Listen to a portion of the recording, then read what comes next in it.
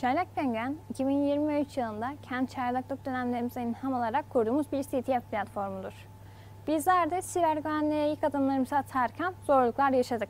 Fakat biz öğrenmeye başladıkça yol birazcık daha görünür oldu. Şimdi bu öğrenme kıvılcımlarını sizlerle paylaşmak istiyoruz.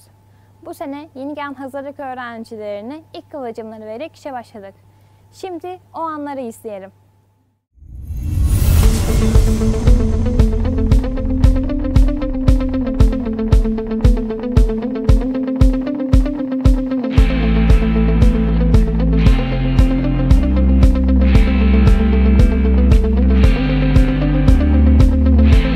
Çok güzel bir yarışmaydı.